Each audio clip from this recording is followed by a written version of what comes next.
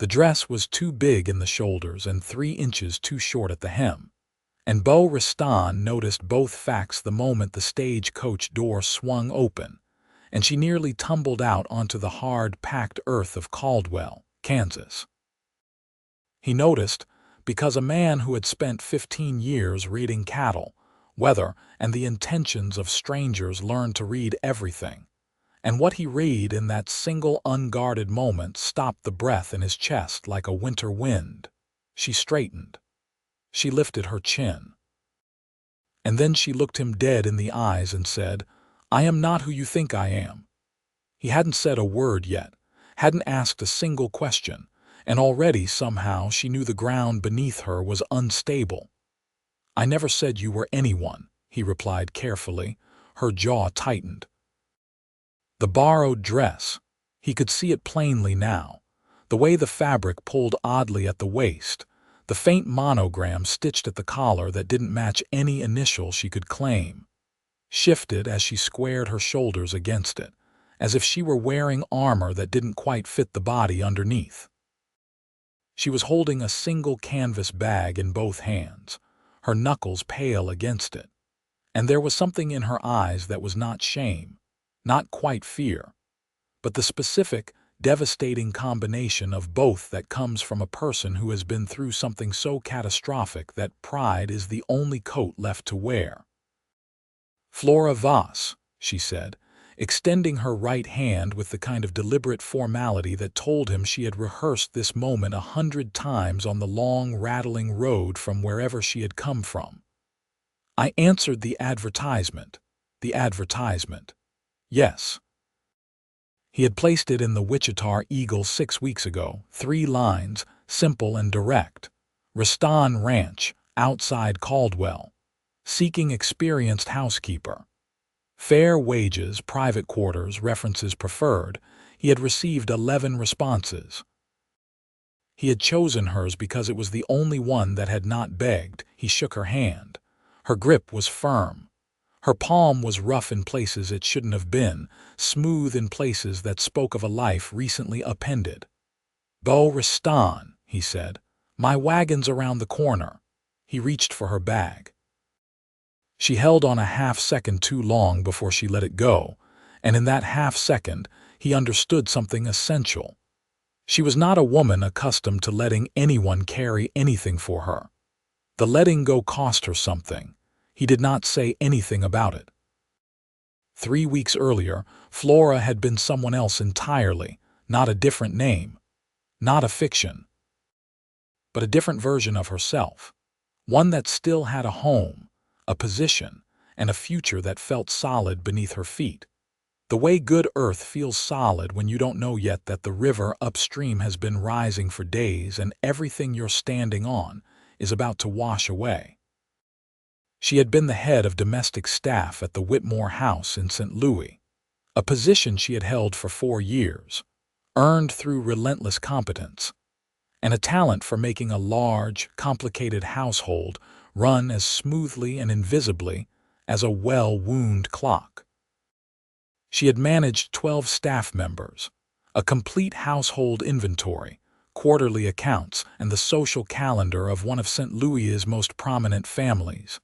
And she had done it all without complaint, and with a precision that Mrs. Adelaide Whitmore had called more than once indispensable.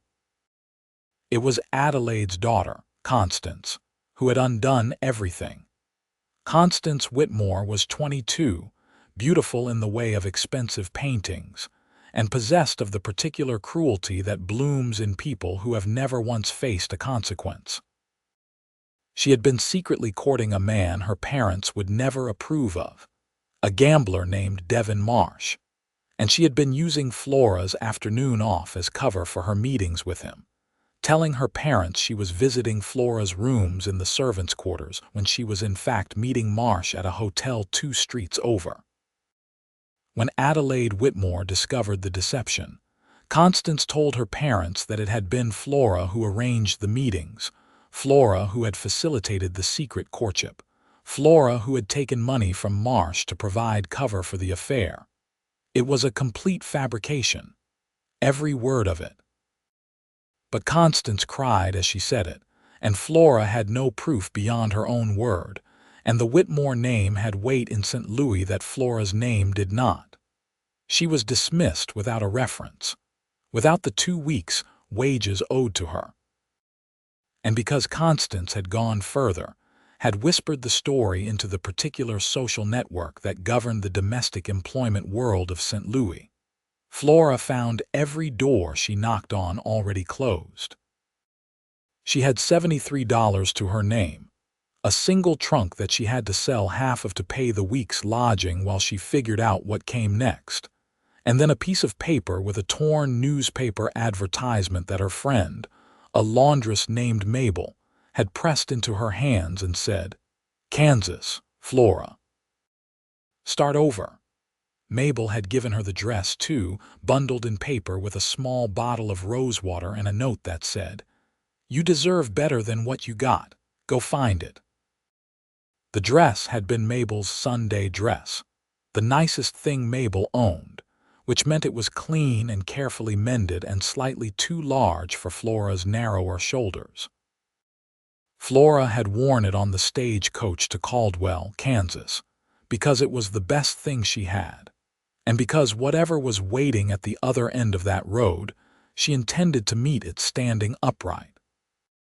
The Riston Ranch sat 12 miles southwest of Caldwell, close enough to town that supplies were manageable, far enough that the land still felt wild and open and untouched by the crowding that was beginning to creep into the territories. It was 1883, and Kansas was in the full, complicated bloom of its transformation, cattle towns becoming proper cities, trail drives beginning to wind down as the railroads pushed further west, the old lawless era giving way to something that was not quite law and not quite order, but was making an honest effort at both. Beau Riston had built his ranch from nothing, or rather, from the 160 acres his father had homesteaded in 1867 and promptly run into the ground through a combination of bad luck, worse judgment, and a fondness for whiskey that made both worse. When his father died in 1875, Beau was 23 years old, had $60 in debt for every dollar of asset, and had 2 choices: walk away or dig in. He dug in. He worked himself half to death for 3 years, took on extra work as a cattle hand on neighboring spreads during the trail drives, learned every inch of his land with the obsessive attention of a man who understood that the land was the only thing that wouldn't betray him if he treated it right. By 1878 he had cleared the debt. By 1881 he had added 200 acres to the north, a proper barn, a bunkhouse for his 3 hired hands, and a house that was not grand but was solid, square, and built to last. He was 31 years old in the autumn of 1883, and the one thing the ranch did not have, the one thing he had not been able to solve with hard work and careful thinking, was the problem of the house itself. It ran. But it ran badly, without the organization it needed, without someone whose attention was fully on it while his was on the cattle and the land. His last housekeeper had left in July to marry a shopkeeper in Caldwell, and since then, the house had slipped into a controlled kind of chaos that Beau managed, but did not manage well. He needed someone competent. He had not expected to need someone he had to stop himself from staring at. Flora Voss sat beside him on the wagon seat and looked out at the Kansas landscape with an expression that gave him almost nothing to read, which in itself told him something. She was containing herself. She was a woman who had learned to contain. She was not beautiful in the way that announced itself. She was something quieter than that. Dark hair pulled back practically, dark eyes that moved with steady intelligence across everything they settled on, a face that was interesting rather than pretty, and would become more interesting the longer you looked. She was 26. She had mentioned in her letter, though in the letter she had been brief about personal details and thorough about professional ones. She had listed her skills with the same economy of language that had distinguished her response from the 10 other applications: household management, accounts, cooking, preservation, management of staff. No embellishment, no flattery, just the plain architecture of what she could do. "How many head?" she asked. As the first fence line of the ranch came into view, he glanced at her. "About 450, mostly Hereford, some Texas Longhorn I'm breeding out."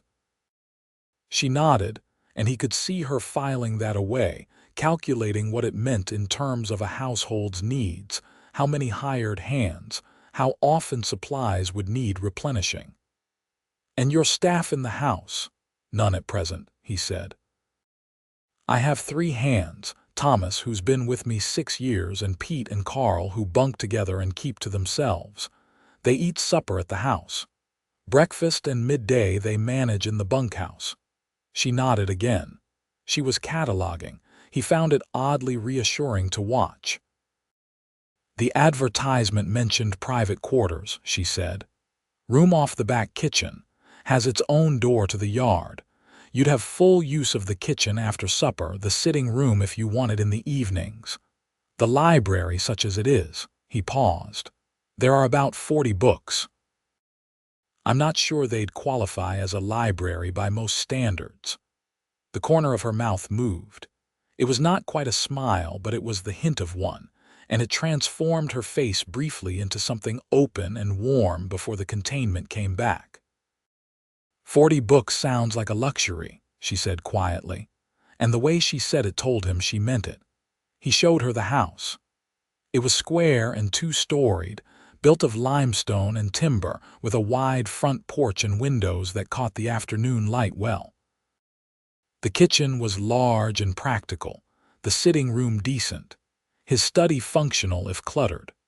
Her room was small but private, with a good window that looked toward the south pasture, a narrow iron bed, a washstand, and a wardrobe that had more space than her single canvas bag would require.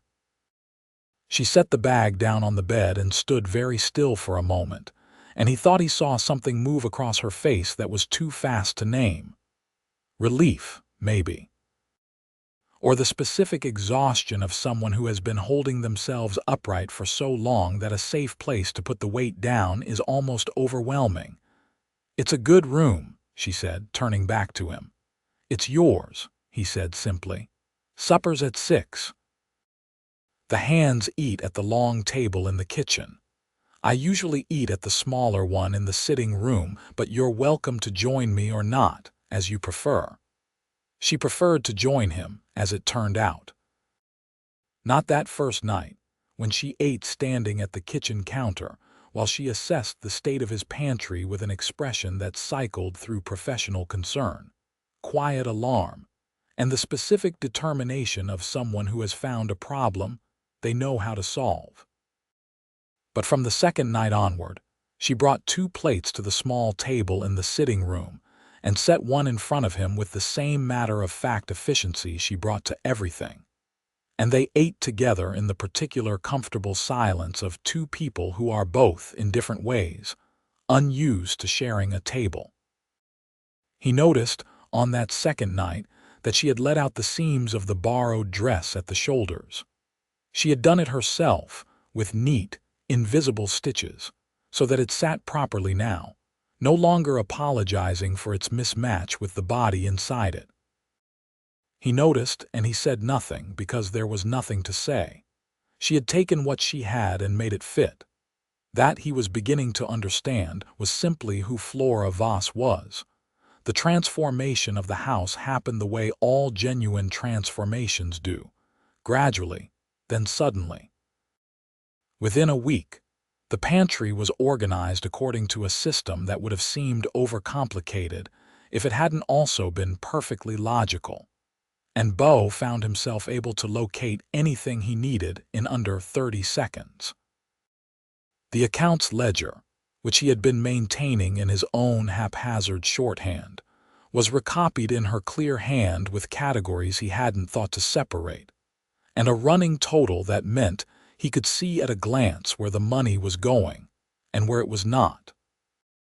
The supper table was different, nothing elaborate, nothing that announced itself, but everything that came out of that kitchen was good in a way that made his hands, Thomas especially, look forward to 6 o'clock with a visible enthusiasm that amused him. Thomas noticed her first, the way you notice a change in the weather before you've consciously registered it. He was 52, broad-shouldered and sun-worn, with a face that had been everywhere and a manner that was cautious in proportion to his experience. He knocked on the kitchen door on the third morning and asked, with his hat in his hands, whether she might have any opinion on the best way to get coffee stains out of canvas. And she told him. And then she poured him a cup of the real thing. And after that, he developed the habit of materializing near the kitchen door at intervals throughout the day for reasons that were always technically legitimate. Pete and Carl, who were younger and less subtle, simply told Beau on the fourth morning that the new housekeeper was something else, and let the statement stand without elaboration. Beau's own observations were more complicated and considerably less simple to file away. He found himself aware of her in a way that was inconvenient for a man who prided himself on clarity of mind. Not in any way that was improper. He was not that kind of man, and she was not in any position that would allow for impropriety, and he was too conscious of both facts to let himself slide past them. But aware in the way you become aware of a new weight in a familiar room, a change in the quality of the air, the presence of something that alters the atmosphere without announcing how. She moved through the house with quiet purpose. She was not talkative, but when she spoke, she said exactly what she meant, and what she meant was usually worth hearing. In one sitting, he said. I couldn't stop, she said, with a matter-of-factness that concealed exactly how much she had meant it. He looked at her across the breakfast table in the early morning light and felt something shift inside him that he did not immediately have a name for. What did you think of it? She was quiet for a moment, the way she was always quiet before she said something she had actually considered. I think Dickens understood that the cruelest things are done by people who have never once had to reckon with what they've done, she said. They just keep moving, and the person they've damaged has to figure out how to carry it. He held her gaze. Is that personal or literary? The containment came back, swift and practiced. Both, she said, and picked up her coffee cup, and the conversation moved on to the water damage on the north window sill, which she had been right about and he arranged to have fixed that same week. But he did not forget what she had said. He filed it next to the borrowed dress and the canvas bag, and the way she had held on to it for half a second before she let him carry it. And he understood that Flora Voss had arrived here from somewhere that had cost her something significant, and that she had not yet decided whether to tell him what that something was. He could wait. He was a patient man. The land had made him patient. The first rain came in early October, a good soaking rain that the pastures needed, and it came at night and lasted 3 days. And during those 3 days, the ranch contracted inward, the hands staying close to the bunkhouse. The cattle settled, and Beau found himself in the house more than usual, in his study or at the kitchen table with paperwork while the rain moved against the windows. On the second evening of the rain, Flora came to the study door. She was holding 2 cups of coffee, and she said, with the directness that he had come to associate with her the way he associated certain weather signs with certain outcomes, I want to tell you something about why I came here. He put his pen down. He said, sit down. She sat in the chair across from his desk, which she had never sat in before, and she set his coffee in front of him and held her own with both hands, and she told him everything. About the Whitmore house, about Constance. about Devon Marsh and the lie that had been told so cleanly and so completely that no amount of truth could displace it, about the $73 and the sold trunk and Mabel's dress. She did not cry. He noticed that. She told it all with the same steady precision she brought to the accounts ledger, as if the act of ordering the facts made them manageable. But her hands tightened around the coffee cup when she got to the part about being dismissed, and they didn't loosen until she had finished. He was quiet for a moment when she was done. "Why are you telling me this?" he asked, not because he didn't want to know, but because he wanted to understand why she had chosen now. "Because I've been here long enough to know that you're fair," she said. "And I thought you should know who you hired, and why I have no reference letter, and why the address I gave you in St. Louis no longer applies." He looked at her steadily. "Does knowing any of that change what I've seen in 3 weeks?" She met his gaze. "No, but you should have the information." "I have it," he said. "Thank you for telling me." He paused. "For what it's worth, what that woman did to you was wrong, deeply wrong. And the fact that she got away with it is a particular kind of injustice that I hope follows her in ways that matter." Something crossed Flora's face then. Something that was not the contained version of herself, but the real one underneath. Briefly visible and briefly unguarded. And it was that version of her that he was beginning to understand, was the one he was in danger of being unable to stop thinking about. "You're not going to ask me to leave," she said. "Why would I ask you to leave?" he said. "You've done more for this house in 3 weeks than anyone in 3 years." She looked at her coffee. "Most people, when they discover someone has been accused of something, they start wondering if perhaps the accusation was true." "I'm not most people," he said simply, and picked up his pen again, and the conversation closed in the way that meant it was settled and they both knew it. The rain stopped on the 3rd morning, and the sky came back clean and vast and blue, the way the Kansas sky does after rain, like it's been washed and put back better than before. Bo rode out to check on the north pasture fence, which he knew had been weakening in 2 sections, and Flora went to Caldwell with Thomas for the monthly supply run, which she had reorganized with a list so thorough and efficient that Thomas spent the ride in wondering admiration. In Caldwell, 3 things happened that mattered. The first was that Flora bought herself a dress. Not an extravagant one. She was practical down to her bones about money, having learned the hard way what its absence meant, but a good serviceable calico in dark blue, properly fitted, which she had measured and pinned by the seamstress on Main Street, a small bird-like woman named Mrs. Feeney, who looked at the borrowed dress Flora was wearing and raised one eyebrow and said nothing at all, because she was a woman who understood things without needing them explained. The second thing was that a man named Gerald Crouch, who ran the general store and had the manner of someone who kept track of other people's business as a hobby, mentioned to Thomas that he'd heard Riston had hired a new housekeeper, and that he'd heard she'd come from St. Louis under some kind of cloud, and that a man alone out there ought to be careful about the kind of woman he let into his house. Thomas looked at Gerald Crouch for a long moment, and then said, in the even voice of someone who doesn't need to raise it, "What Bo Riston does at his ranch is Bo Riston's concern. And if I hear that particular opinion repeated in any form, I'll have something to say about it that you won't enjoy hearing." And then he picked up the grain sacks and left, and Gerald Crouch, who was not a brave man, said nothing more. Thomas told Flora none of this. But she heard it anyway, from Mrs. Feeney, who told her in the quiet way of someone passing on information that the receiver needed.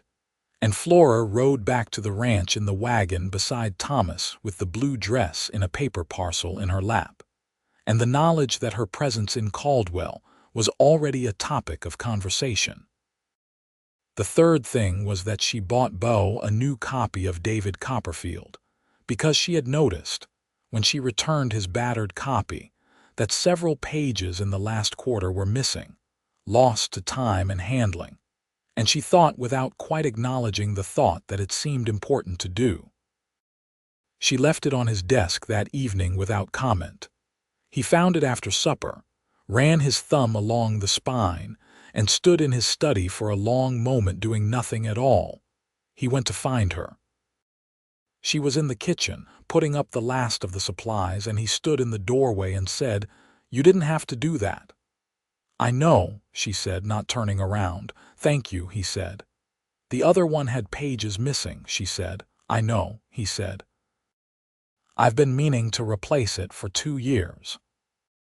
She turned then and looked at him with those dark, steady eyes, and something in the look between them shifted and then held, and neither of them said anything more about it, but both of them carried it with them through the rest of the evening like a coal that had been lit and was now just quietly, steadily burning.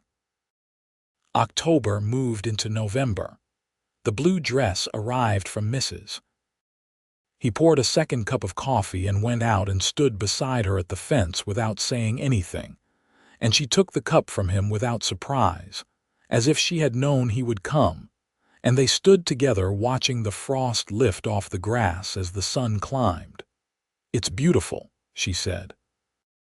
Not of the ranch specifically or the morning specifically, but of something bigger than both. "Yes," he said, and he was not looking at the frost on the grass. She knew.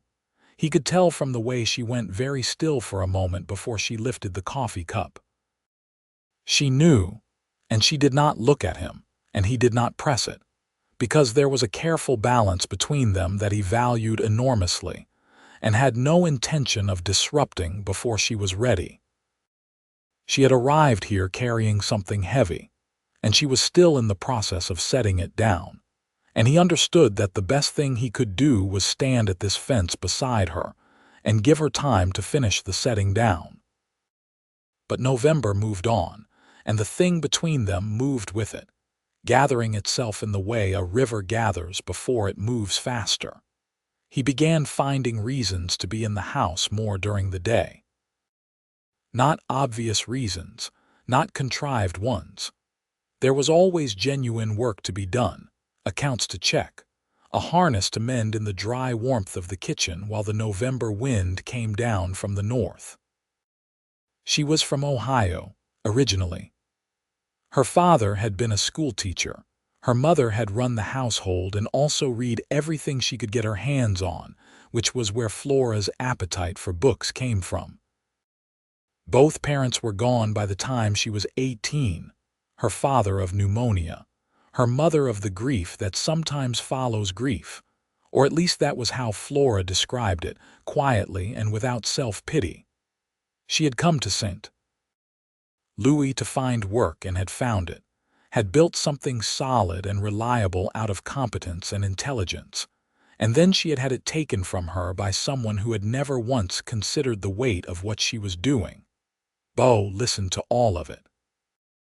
He listened the way he did everything he considered important, completely, without interruption, without the urge to fix or reframe. He simply let her words exist in the room and gave them the space they deserved. He told her things in return gradually, the way a person gives away something valuable, carefully and meaning it. About his father's failures and his own decision to stay and fight for the land. About the years that had been genuinely hard, when he wasn't sure the ranch would survive, when the debt felt like something physical pressing down on his chest. About the specific satisfaction of a healthy herd on good grass, of a fence line that held, of a house that was solid against the winter, a satisfaction that he had earned and that could not be taken from him. "You built something real," she said one evening, and the way she said it carried an understanding of what real things cost. "So did you," he said. Twice now. She looked up from the bread she was setting to rise. "I'm a housekeeper," she said, "on someone else's property." You were managing 12 people and a household budget and a social calendar for the most demanding family in St. Louis, he said. And you did it so well that the only way to displace you was to lie. That's not nothing. And what you've done here in 2 months is not nothing either. She looked at him for a long moment and then she said very quietly, "Sometimes it's hard to remember that."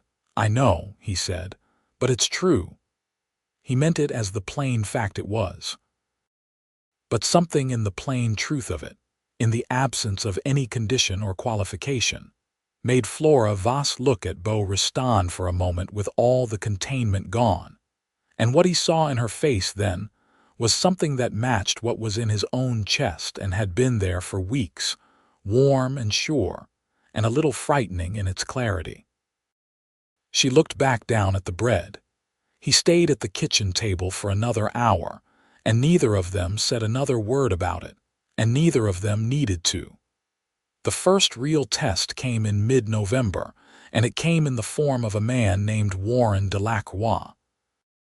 Delacroix was a cattle broker who passed through the Caldwell region twice a year, buying and negotiating on behalf of buyers in Kansas City and Chicago. He was prosperous, well-dressed for a man who spent most of his time on the road, and possessed of a social ease that he wore like a second skin. He arrived at the Ristan Ranch on a Tuesday afternoon in a hired buggy, ostensibly to discuss Beau's spring herd, which Beau had been in early negotiations with him about for 2 months through correspondence. Beau brought him in for supper, as was the custom of the region. You fed a man before you did business with him, and Delacroix was a man worth doing business with if the terms were fair. Flora set a proper table and produced a meal that was considerably beyond what the occasion required, not out of ambition, but because she simply cooked the way she did everything, with complete attention. Delacroix noticed the meal, and then he noticed Flora, and then he did something that made the temperature in the room drop by several degrees, at least where Beau was concerned. He addressed her with the particular easy familiarity of a man who has decided that a woman in domestic service is available to be charmed by someone with money in his pocket. "Remarkable cook," he said to Beau, with a sideways glance at Flora that was not quite respectful. "Where did you find her?" "Miss Voss came with excellent credentials," Beau said, with a pleasantness that had iron underneath it. Delacroix turned the smile toward Flora directly. "You from around here?" "Ohio, originally," Flora said, with the professional serenity of a woman who has dealt with men like Delacroix before and had long since developed the internal armor for it. "Long way from Ohio," Delacroix said, still with that easy familiarity. "A woman like you, out here in the middle of nowhere. Surely there were better options." "I found an excellent one," Flora said, and picked up the empty breadbasket and went to refill it, and her tone was so perfectly even that Delacroix couldn't decide whether he'd been complimented or dismissed. Beau knew. He watched Flora move back to the kitchen and then turned to Delacroix with a change of expression that was subtle but absolutely clear to anyone paying attention, and said, "Miss Voss is an invaluable part of this operation, and I'd ask you to address her accordingly." Delacroix, who was not a stupid man even if he was sometimes a careless one, recalibrated instantly. "Of course," he said smoothly. "No disrespect intended." "None taken," Beau said, in a tone that made it evident that some had been and that the evening would proceed from here on different terms. Flora heard this exchange from the kitchen. She stood beside the bread basket with her hands flat on the counter and felt something move through her that she had not felt in a very long time, the specific, clarifying warmth of being defended. Not defended because she had asked for it, not because she was weak or helpless, but because Beau Ristan had seen something that was not right and had addressed it, quietly and without drama, the way a man with genuine character does when he encounters something that needs correcting.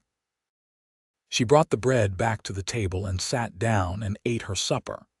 And if she was quieter than usual through the rest of the meal, she was quiet in a way that was not withdrawal, but the particular stillness of someone who is doing their best to contain something large. After Delacroix left, Beau found Flora in the kitchen washing the dishes, and he said from the doorway, "I'm sorry about Delacroix." She turned around. "You don't have to apologize for other people's behavior." "I know," he said. "I'm apologizing for bringing it into your kitchen." She looked at him steadily. "You also defended me," she said. "That wasn't worth mentioning," he said. "It was to me," she said.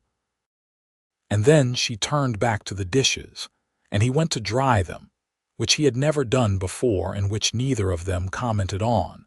And they stood side by side at the washstand in the lamp-lit kitchen and finished the dishes together. And the silence between them was full of the thing that had been growing for months and was now, clearly, no longer going to stay comfortably unnamed. He asked her on a Sunday in late November, because the Sunday was her day off, and he did not want it to feel like a thing that had anything to do with the employment arrangement. And because the morning was clear and cold and beautiful, and it felt like the right kind of morning for a thing that mattered. He found her at the fence line again, where she had developed the habit of standing on Sunday mornings, as if the open view of the south pasture was where she went to think. She was wearing the blue dress under her coat, and her breath was a small cloud in the cold air. He stood beside her and said, without preamble, because he was a direct man and she was a woman who valued directness, "I'd like to take you to supper in Caldwell, not as your employer. As a man who has found himself thinking about you considerably more than is probably reasonable, and who thinks it's worth saying so plainly." She was very still for a moment. "That is plain," she said. "I don't know how else to say things," he said. She turned to look at him. The morning light was full on her face, and she was not containing anything just then, and he could see everything. The uncertainty and the warmth and the particular complex thing that happens in a person's face when they are deciding whether to let themselves want something they have been afraid to want. "I'm your housekeeper," she said. "I know what you are," he said. "I also know what I feel, and I think you know what you feel, and I'm asking whether you'd like to do something about it."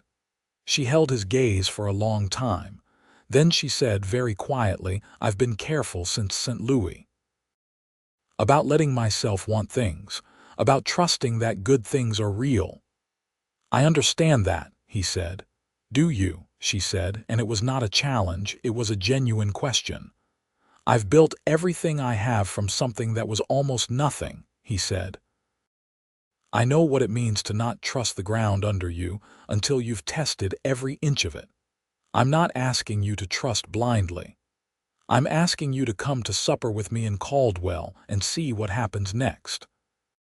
She was quiet for another moment, looking at the south pasture, at the frost that was just beginning to lift in the early sun. "Yes," she said, "I'd like that." They went to supper on the following Friday at the only proper restaurant in Caldwell, a clean and decent place called Henderson's that had checked tablecloths and candles on the tables. And Flora wore the blue dress with a small brooch that had been her mother's and was the one piece of jewelry she had kept through all the upheaval. A small oval of jet and silver that sat at her collar and was very simple and very fine. She put them in a jar of water on the sitting room windowsill, and she was quiet on the wagon ride to Caldwell, but quietly in the way of someone who is full rather than someone who is empty. At Henderson's they ordered the roast beef, which was the best thing on the menu, and they talked for 2 hours without running out of things to say, which Beau had half expected but was still, in the actual experiencing of it, something that affected him in a way he hadn't fully anticipated. She was funny when she relaxed, dry and precise in her humor, with a timing that caught him off guard and made him laugh the way he hadn't laughed in longer than he could easily recall. She laughed at his stories too, and her laugh was genuine, not the performed kind that women sometimes offered, but the real kind that came from somewhere below the ribs. People noticed them. Caldwell was a small enough town that two people at a table at Henderson's, talking and laughing for 2 hours, was an observable fact. But Beau Riston was a man who had earned a certain standing in the community through 15 years of honest dealings, and anyone who looked at their table and formed an opinion about what they saw there was dealing with whatever they brought to it, because Beau had nothing to hide and no apologies to make. Gerald Crouch was in Henderson's that evening with his wife, and he looked at their table once, and then found other things to look at, because there was something in Beau Riston's straightforward, easy manner with the woman across from him that made any mean-spirited conclusion feel both petty and wrong, which it was. On the way home in the wagon, the night was clear and enormous and cold, and the stars over the Kansas plain were the kind of stars that make the city version seem like a pale imitation.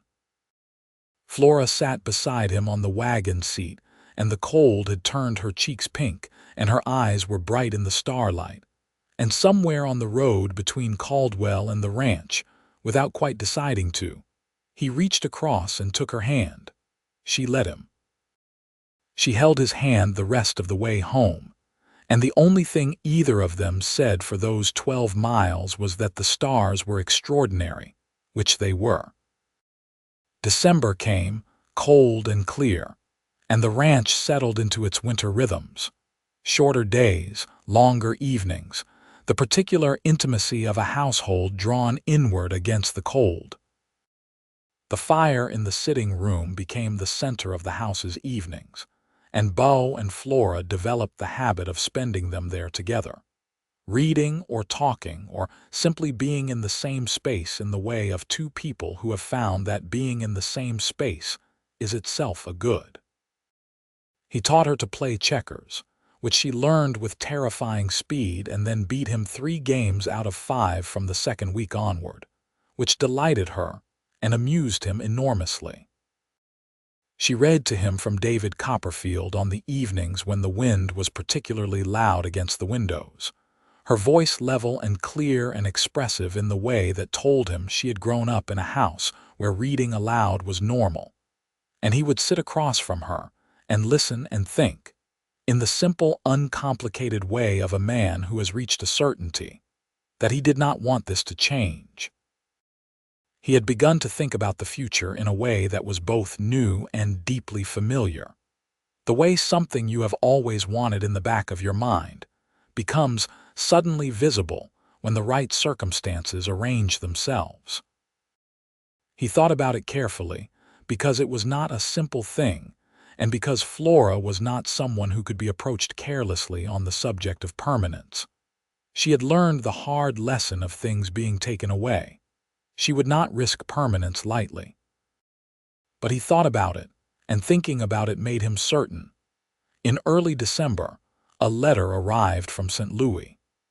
It was addressed to Flora, and she brought it to the sitting room that evening with the expression of a person who has recognized a handwriting they did not expect to see. Beau watched her read it. She read it twice, and then she set it in her lap and looked at the fire for a long moment. "It's from Constance Whitmore," she said. He said nothing, waiting. "It appears," Flora said slowly, "that Devin Marsh, the gambler she was meeting when she told her parents she was visiting me, has become a significant problem for the Whitmore family. He's been making claims about the relationship, and Constance has apparently admitted to her parents that she lied about my involvement, at least in private, at least enough that they are no longer entirely comfortable with what they did." She paused. "She's not apologizing exactly. It's more of an explanation." "Is it enough?" he asked. Flora folded the letter slowly. "It won't change what happened in St. Louis. The people who decided not to hire me will not undecide it based on Constance Whitmore's private admissions to her parents." She paused. "But it matters to know that she knows." that it isn't sitting entirely comfortably with her. It should sit very uncomfortably with her, Beau said quietly. Yes, Flora said. It should. She looked at the fire again. I've been thinking about it, the anger of it. I carried it all the way here on the stage coach. I thought it would take a very long time to put down. Has it? He asked. She was quiet for a moment. It's lighter than it was, she said. Because this is, she paused, and the simplest true things are always the hardest to say, this is a life I wouldn't have found otherwise. I know that's not how injustice is supposed to work. You're not supposed to be grateful for the catastrophe that brought you somewhere good. But here I am.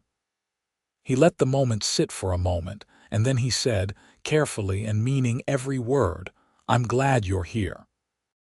She looked at him with those dark, steady eyes. So am I, she said. It was Christmas Eve when he told her what he had been thinking about.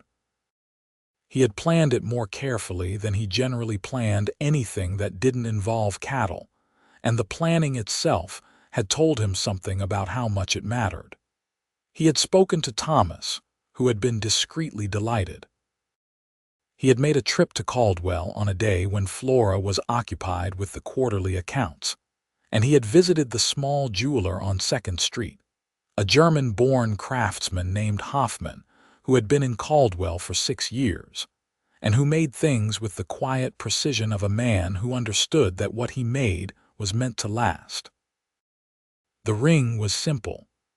A band of yellow gold with a small inset garnet, dark red, the color of certain sunsets over the south pasture. He had chosen garnet rather than diamond not because of the cost, though the cost was also a consideration, but because garnet suited Flora in a way that diamonds did not, something real and deeply colored, not the performed brilliance of something that announced itself.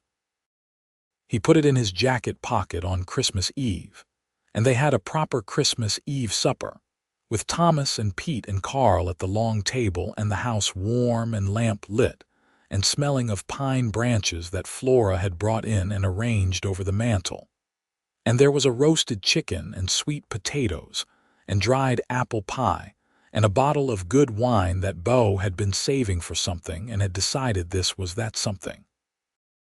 After supper, Thomas and Pete and Carl took themselves diplomatically to the bunkhouse, and Beau and Flora were left alone in the sitting room with the fire and the pine smell and the quiet of a winter night outside.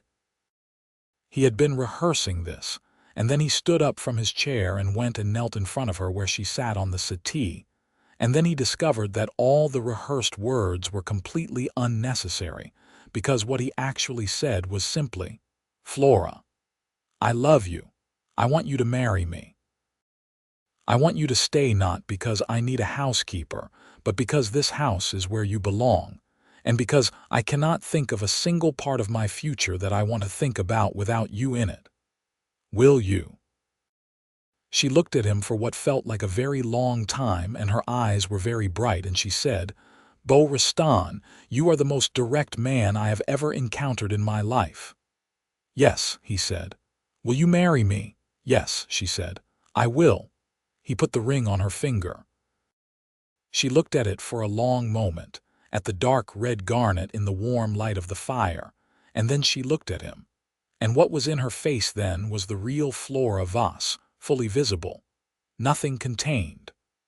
A woman who had come through something genuinely hard and who had arrived by accident and by courage at something genuinely good, and who knew the difference. He sat beside her on the settee and she leaned against him, and he put his arm around her, and they sat like that in the firelight for a long time.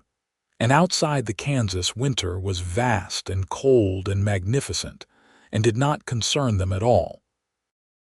They were married on the 15th of February, 1884, which was a Saturday.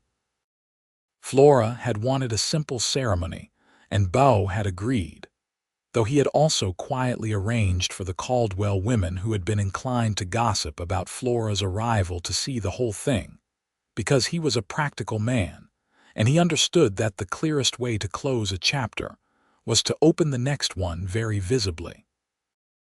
Mrs. Feeney made Flora's dress. It was ivory, the color of new cream, properly fitted for the first time to exactly the body it belonged to, with a collar of fine eyelet lace and long sleeves against the February cold, and it was, by every measure available, completely hers. She wore her mother's jet brooch at the collar, and she carried 3 of the garnet-colored winter roses that Beau had somehow, inexplicably, located in Wichita and sent for. And when she walked toward him in the small church on 2nd Street with that steady, direct gaze and the ring already on her finger and the ivory dress that fit her perfectly, he felt the particular clarity of a man who is exactly where he is supposed to be. The minister was brief, and the vows were traditional, and when he said, "You may kiss your bride," Beau Riston kissed Flora Voss with the kind of gentleness that is not weakness but its opposite, and the 20 people assembled in the church, Thomas among them in his best coat with a suspiciously damp eye, made the appropriate sounds of celebration. Thomas had made something of a discovery over the previous months. He had, through a combination of genuine curiosity and the reliable communication network that ran between ranch households in the Caldwell region, established contact with the previous staff at the Whitmore household in St. Louis. He had, specifically, made contact with Mabel the laundress, who had been overjoyed to hear that Flora was well and engaged, and who had in her possession a number of letters and notes that documented the timeline of events surrounding Flora's dismissal in ways that did not align with Constance Whitmore's account. Thomas had shared this information with a lawyer in Wichita, not with any expectation of a legal proceeding, but because he was a thorough man who believed that the truth deserved to exist in an official form somewhere, and because Flora deserved to have her reputation documented accurately, even if she never needed to use the documentation. He gave the folder of papers to Flora on the morning of the wedding as a gift, wrapped in brown paper with a bow that he had clearly made himself and was proud of. She read the contents and then sat very still for a moment and then stood up and hugged Thomas, who went scarlet and formal and extremely moved. "You didn't have to do this," she said. "I know," he said. "That's why I did." Spring came to the Riston Ranch in the way it always came to that part of Kansas. Suddenly, and with tremendous conviction, the grass turning from winter brown to green almost overnight, the cattle moving with a new restlessness, the sky cycling through the rain and sun combinations that meant good growth. Beau and Flora settled into the particular shared life that they had been building all along without quite acknowledging it, the only change being that the settling had a new name and a new ring, and the specific ease of 2 people who have stopped waiting for permission to be fully present in their own lives. She was still the most organized person he had ever met. The house continued to run with a precision that was also, somehow, warm.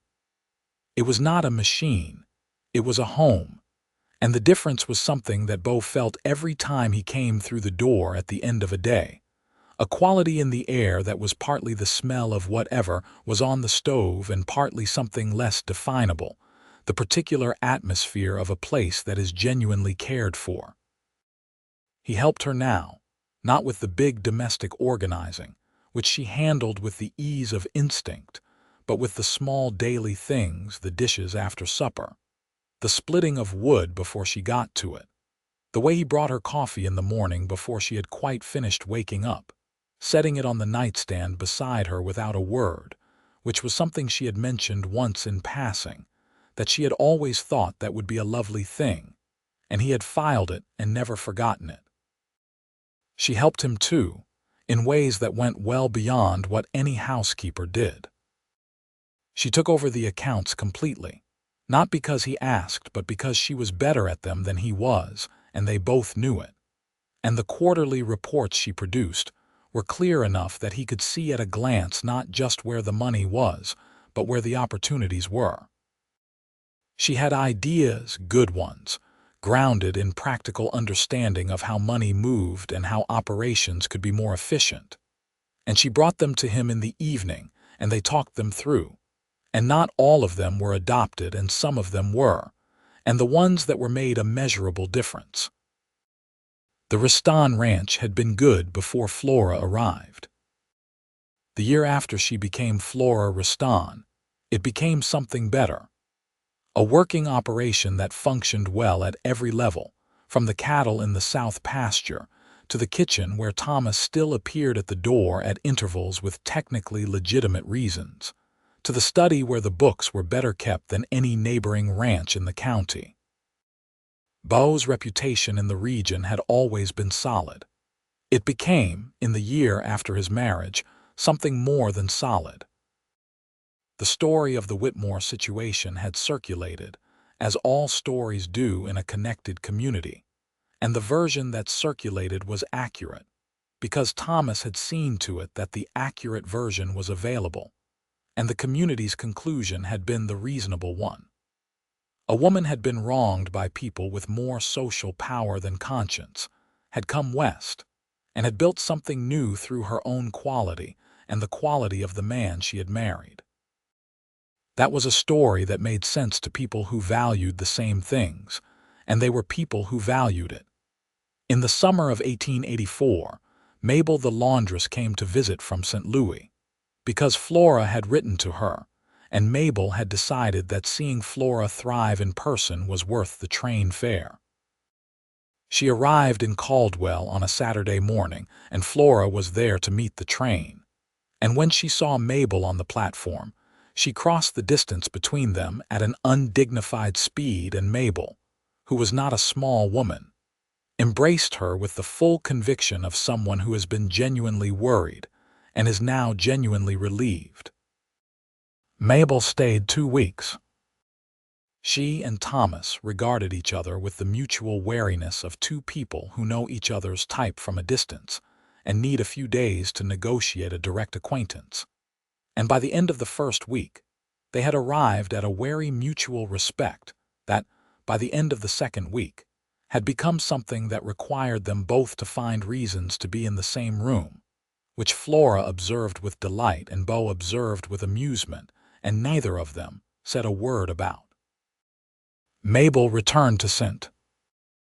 Louis at the end of the 2 weeks with a warmth in her face that had not been there when she arrived, and the understanding that Kansas was considerably different from how she had imagined it, and a specific kind of correspondence with a rancher's foreman in Caldwell that was conducted through the postal system with more frequency and feeling than she had anticipated.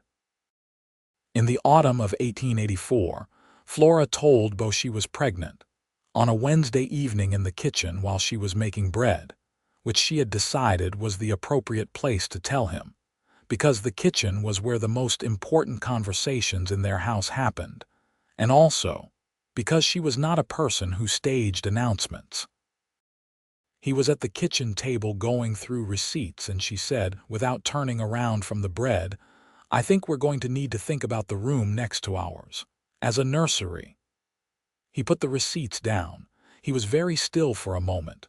"Flora," he said. She turned around. Her hands were still floury, and there was a smear of it on her left cheek, and she looked at him with the calm steadiness that was his favorite thing about her face, the particular quality of a woman who does not perform her emotions but simply has them, in full. "We're going to have a baby," she said. He stood up and crossed the kitchen in 3 steps and put his arms around her, flour and all, and she put her arms around him. And they stood in the warm, lamp-lit kitchen with the bread dough on the counter, and the winter wind beginning to move outside. And neither of them said anything, because there was nothing necessary to say that was not already being said by the fact of them standing there together. Their son was born on the 14th of April, 1885. He came in the early morning, which felt right for the Ristan Ranch, which was always most itself in the early morning. Mrs. Feeney, who turned out to be a reliable midwife in addition to her sewing work, attended, along with a physician named Doctor. Bo looked at the small red face of his son.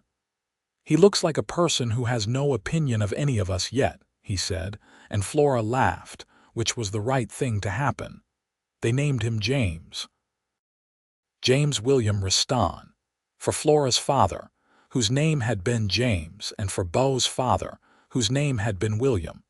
Because Bo was a man who believed in honoring where you came from even when where you came from was complicated. James William Riston grew at the pace that babies grow, which is to say at a speed that is simultaneously imperceptible in the daily and shocking in the aggregate. By summer, he was a solid, alert infant who regarded everything around him with the particular focused attention of someone taking inventory, which led Bo to say that he had inherited his mother's approach to the world. By autumn, he was sitting up with the satisfied air of someone who has figured out the most important rule of an important game.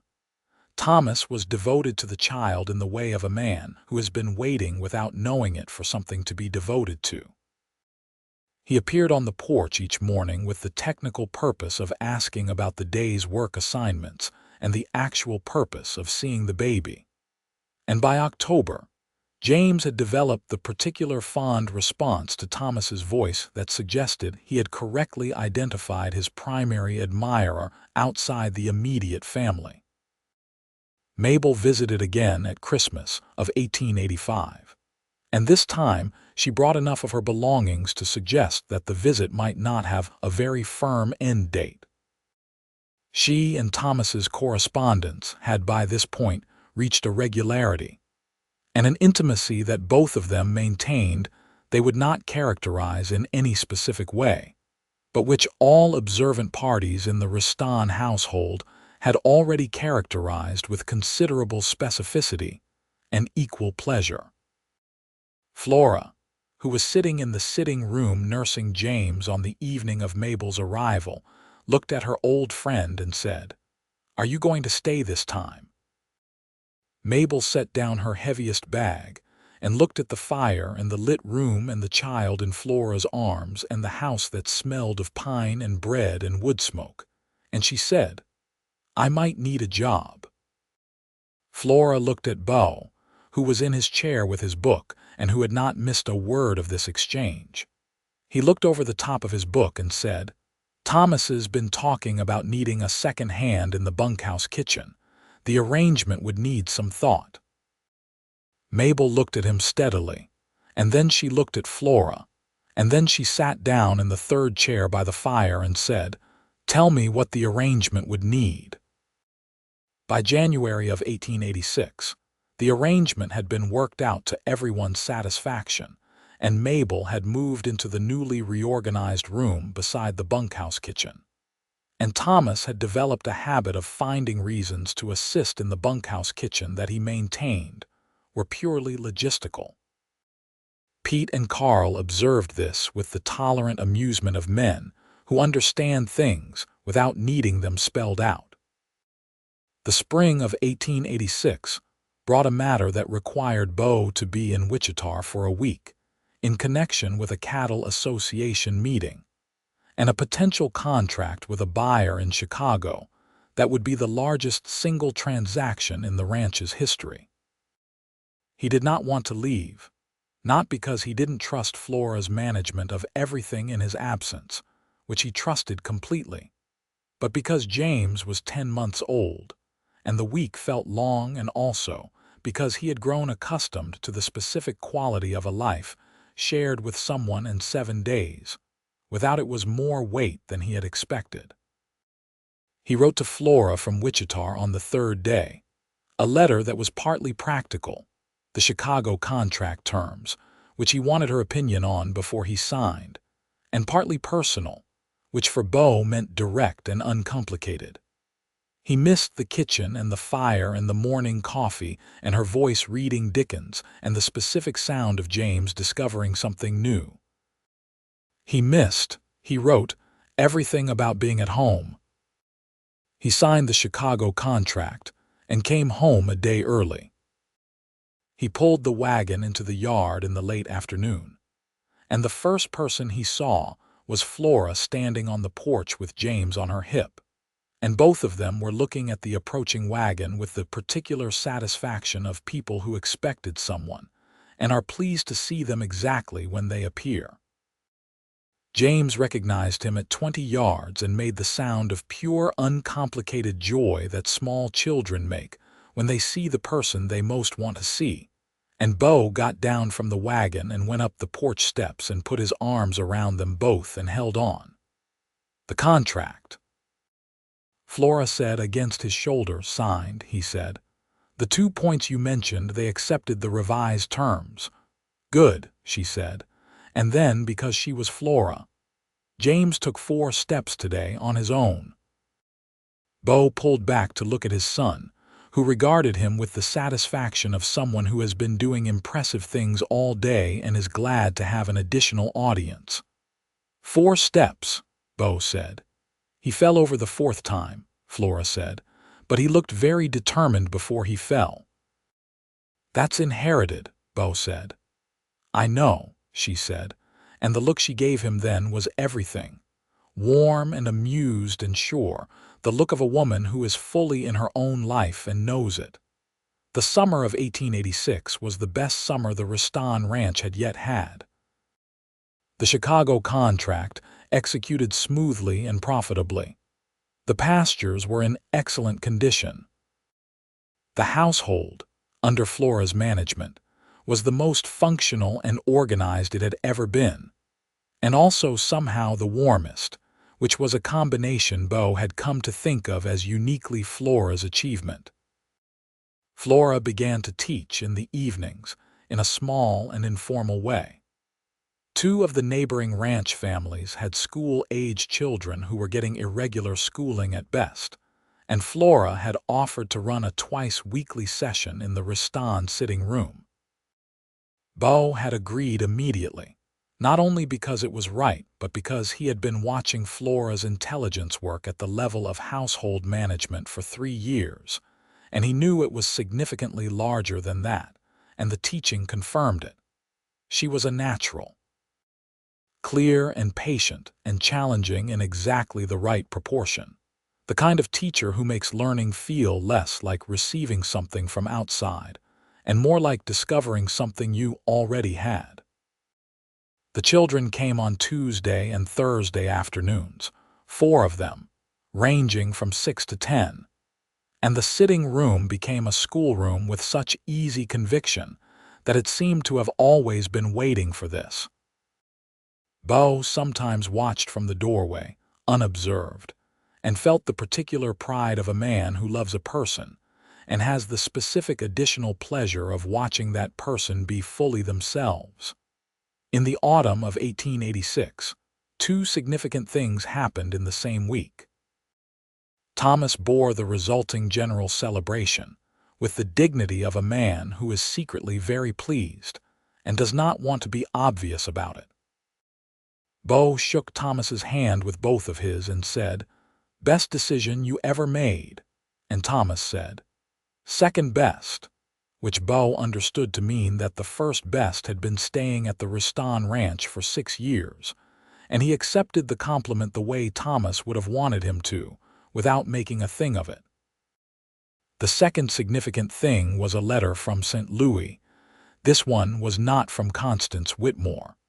It was from Adelaide Whitmore herself, Constance's mother, and it was a letter that had clearly cost the writer something significant to send. It was formal in tone and brief, 3 paragraphs, and it said the following: that Constance had, under circumstances that Adelaide described only as significant personal consequences, provided a full and accurate account of what had occurred in 1883. That Adelaide recognized the wrong that had been done to Flora.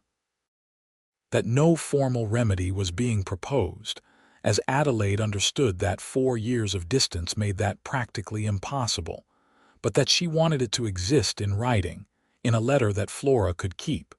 That the fault had been entirely with Constance and entirely without foundation, and that Flora Voss, Adelaide still did not know the name Riston had been, as Adelaide put it, the finest and most honest person in my household's employ. Flora read this letter at the kitchen table on a Thursday morning with Beau across from her, and James playing on the floor between them with a set of wooden blocks Thomas had made. And when she finished, she folded it and held it in both hands and was quiet for a long moment. "Are you all right?" Beau asked. "Yes," she said, and then, "It doesn't undo what happened." "No," he agreed, "but it's something," she said.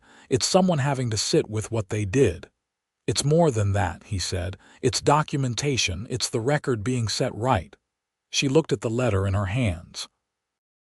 "Constance," she said slowly, "must have done something else, something that made the original lie impossible to maintain.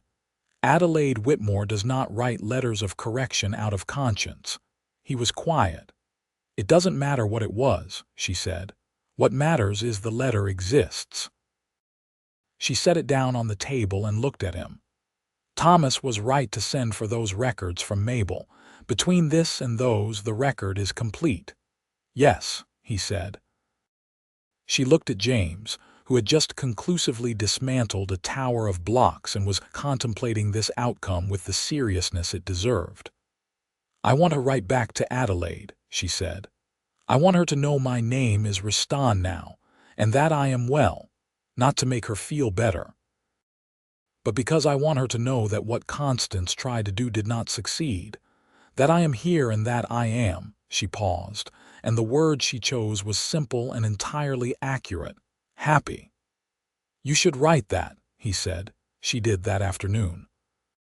It was a brief letter, 3 sentences, precise and dignified, that she received Mrs. Whitmore's letter and understood its contents, that her name was now Riston, that she was happy. She sealed it and gave it to Thomas to take with him on his next Caldwell run. And then she went back to the sitting room where Tuesday's lesson materials were waiting to be prepared. And she sat at the table with James on the rug beside her, and the afternoon light warm through the window. And she prepared tomorrow's lesson with the particular calm of a woman who has set down the last of a weight she has been carrying for 3 years, and does not intend to pick it up again. The winter of 1886 into 1887 was hard, the hardest since Beau had taken over the ranch. A cold snap in December that was worse than anything in recent memory, followed by a January ice storm that made the roads impassable for 10 days, and required everyone on the ranch to work longer and more difficult hours than usual to keep the cattle and the structures safe. Beau was outside from before dawn to after dark for most of those 10 days, and when he came in at night, he was cold in a way that went past the bone, and Flora had learned to have hot water and dry clothes and food ready for him with the same steady attentiveness she brought to everything. And she did it not because it was her job, but because he was her husband and he was cold and tired and she loved him. He said that to her one night, stripped of one of his more philosophical impulses by sheer fatigue, sitting at the kitchen table eating whatever she had made and warming his hands on the bowl. "I love you," plain and direct and without context, just the fact of it. She was washing the supper dishes, and she turned and looked at him with the particular expression that she had specifically for him. The one that was not the contained professional version, or even the warm, settled version, but the one underneath both of those. The one that had been there since a Sunday morning at a fence line in November 1883, when a man had stood beside her and given her a coffee cup and looked at the south pasture and said, "Yes," when he meant something else entirely. "I love you too," she said. "Eat your supper." He ate his supper. She finished the dishes and came and sat beside him at the table and stole the last of his bread, which she did sometimes, because she was not above stealing bread from the people she loved. And he let her, which was the appropriate response. Spring came back, as it always did, with the same conviction it had had every year. The ice went out of the ground. The cattle came through the winter in better shape than he had feared. The pastures came back green, and the kitchen garden went in, and the teaching sessions resumed. And James Riston, who would be 2 years old in April, began with tremendous authority to add words to his vocabulary at a rate that suggested he intended to have opinions about everything and wanted the vocabulary to support them.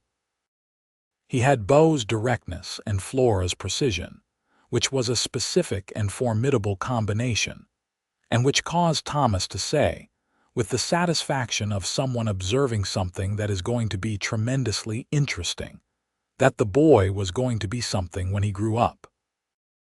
In the spring of 1887, Flora discovered she was pregnant again.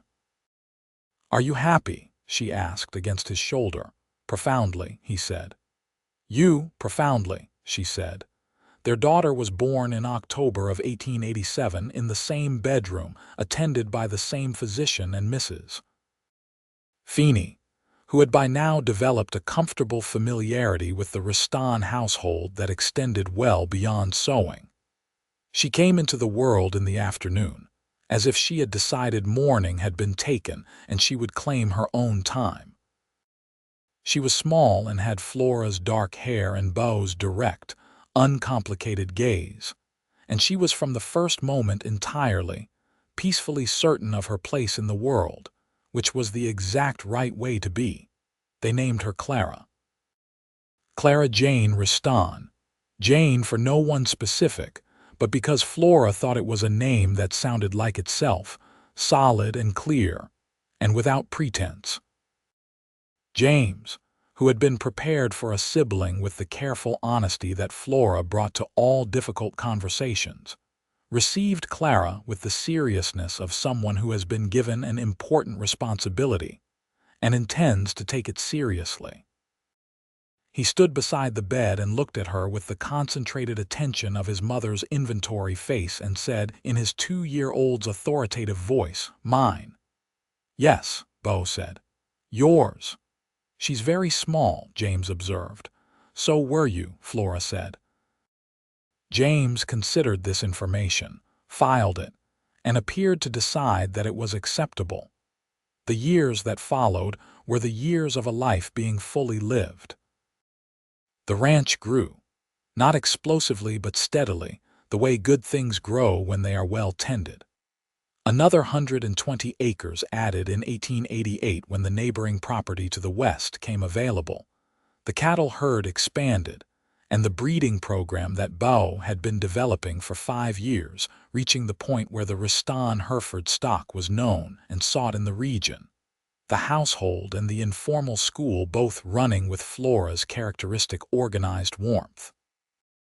More children came to the Tuesday-Thursday sessions as word moved through the county, and by 1889, what had been an informal arrangement had become something more structured, with a proper school day and a roster of 12 children and a discussion, backed by several of the neighboring families, of whether to pursue the formal establishment of a school district in that section of the county. Flora was the natural candidate to lead the effort, and she did, with the same efficiency and directness she brought to everything, writing the necessary applications, organizing the community meetings, building the consensus that was required. The school district was established in 1890. The county offered the position of school teacher. Flora turned it down, because she was by then expecting their 3rd child and also because she had looked carefully at what she was being offered and decided it was not yet structured in a way that was equitable, that the terms needed improving, and she was in a better position to advocate for that improvement from outside the position than inside it. She was right, as she generally was, and the terms were revised, and the woman who was hired the following year was hired at a proper salary with proper tenure protections, which had not been in the original offer. Their 3rd child, a son named Henry Thomas Riston.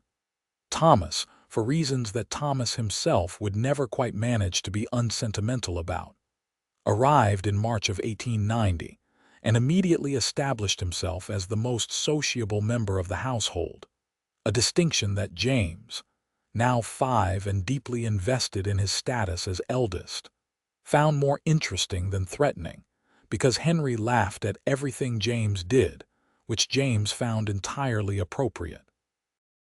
Thomas, who had become the child's nominal godfather in a ceremony that involved more genuine feeling than formality, was, if possible, even more devoted to Henry than to James and Clara, which everyone accepted as the natural tendency of a man who had found late in life that he had considerable affection to give and was going to give it unreservedly.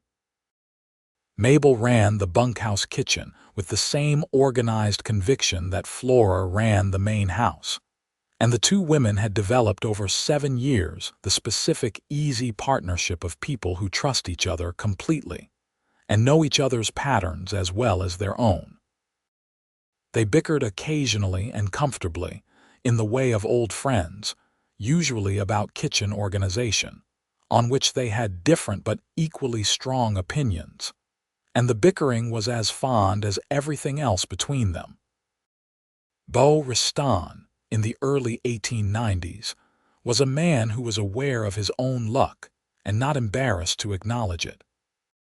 He was not a man who spoke easily about feeling, but he spoke about it to Flora, because Flora was the person with whom he had no need of translation, and because she had made a space in their life together where the truth of things was the only coin worth spending. He said to her once, on a winter evening when the children were asleep, and the fire was down to coals, and the house was in the specific deep quiet of a cold Kansas night, that he could not quite reconcile the man he had been before she arrived with the man he was now.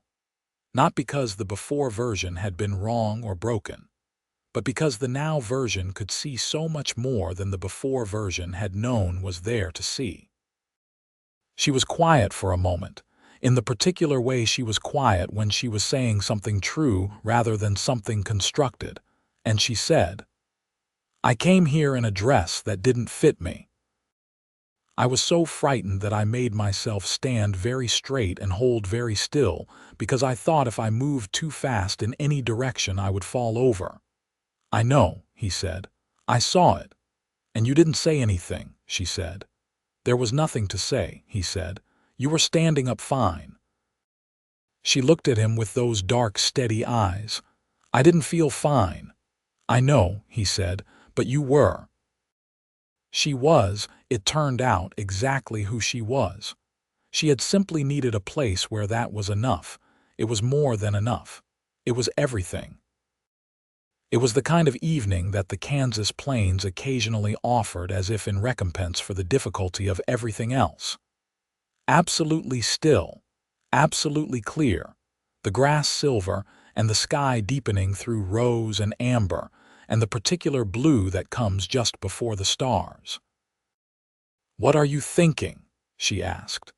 He was quiet for a moment, in the easy way of a man who has been asked this question many times by someone who actually wants to know the answer and has learned that waiting for the real one is worth it. "I'm thinking," he said, "that this is the best thing I have ever built." She looked at him. "The ranch, no," he said. He looked back at the darkening sky. "This." She understood what he meant. She always understood what he meant. She had arrived wearing borrowed clothes, and he had brought her home on a wagon seat and carried her canvas bag, and showed her a room that was small but private. And he had treated her with the quiet courtesy that is not performance but character. And it had been, as it turned out, the beginning of something that neither of them had planned and both of them had needed. The kind of beginning that only makes sense when you look back at it from the place where you have arrived. And where they had arrived was here. A solid house on good land in the last decade of the old American West, with 3 children and 2 old friends and 400 head of cattle and 40 books that had become considerably more, and a life between them that was worn in and certain, and still, after almost a decade, capable of producing in both of them the specific feeling of being exactly where they were supposed to be. The stars came fully out. The night settled around the house like something that intended to stay. Beau Ristan held his wife on the front porch of everything they had made, and Flora Ristan held her husband's hand and looked at the sky that was the same sky she had arrived under 9 years ago, frightened and determined and wearing a dress that didn't quite fit. And she thought that if she could tell the woman who had stepped off that stage coach anything, she would tell her, "Hold on. Keep standing. What is coming is worth the wait," and she would tell her to let him carry the bag. Because that is how it starts, one small act of grace offered freely without condition, and the willingness to let it be received. That is how everything starts. With someone reaching out a hand, and someone else choosing, despite everything, to take it.